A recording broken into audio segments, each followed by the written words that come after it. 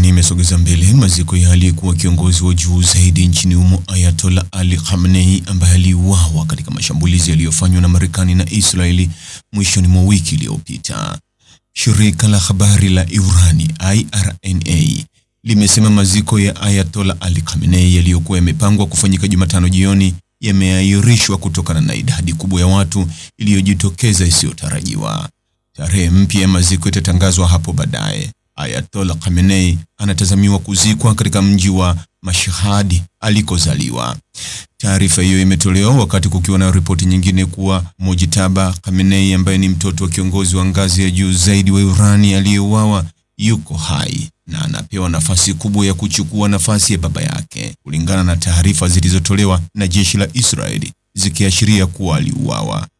Wakati mvutano huo wa Mashariki ya Kati ukizidi kushika kasi, waziri wa ulinzi wa Marekani Pete Hegseth amesema kuwa nyambizi ya Marekani ilizamisha meli ya kivita ya Iran.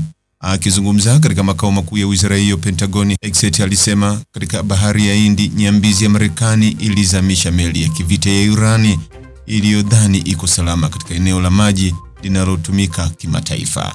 Badala yake ilizamishwa. Ni tukio la kwanza la aina hii dhidi ya adui tangu vita vya pili vya dunia. Awali wizara ya mambo ya nje ya Sri Lanka iliripoti kuhusu tukio la kuzamishwa kwa meli hiyo ya kivita na kuthibitisha kuwa watu wasiopungua 80 wameuawa. Mtazamaji, ni yapi maoni yako kuhusiana na taarifa hii? Andika maoni yako katika sehemu ya ujumbe hapo chini. Like na subscribe pia ili wewe wa kwanza kupata habari wa chungu tele.